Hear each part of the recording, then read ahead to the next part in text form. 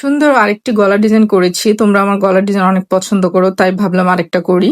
তো এখানে দেখো আমি কিভাবে মার্ক করে নিয়েছি, এভাবে আঁকাবাঁকা করে মার্ক করে নিয়েছি। এখানে আমি ম্যাটেরিয়াল গুলো নিয়েছি, আর এখানে গোটাপাত্তি লেস দিয়ে আমি ডিজাইনটা করব।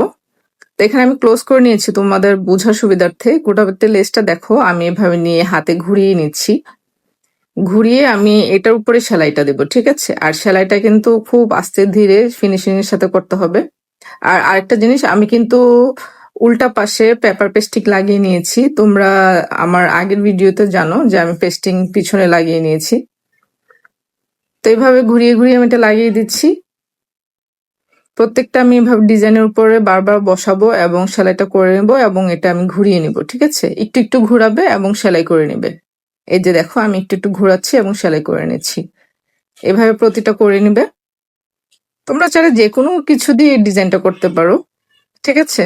তোমরা পাইপিং দিয়েও করতে পারো, বা কটন কিছু দিয়ে তোমরা ডিজাইনটা করতে পারো, কোনো সমস্যা নেই। তো আমি এখানে নেকটা বসিয়ে নিচ্ছি। আমি আজকে আসলে একটু অসুস্থ, তাই আমার কথা বলতে প্রবলেম হচ্ছে। এখন দেখো এটা আমি কাটিং করে নিচ্ছি গলাটা। তো এই হচ্ছে ফাইনাল লুক। কেমন হয়েছে সবাই জানাবে।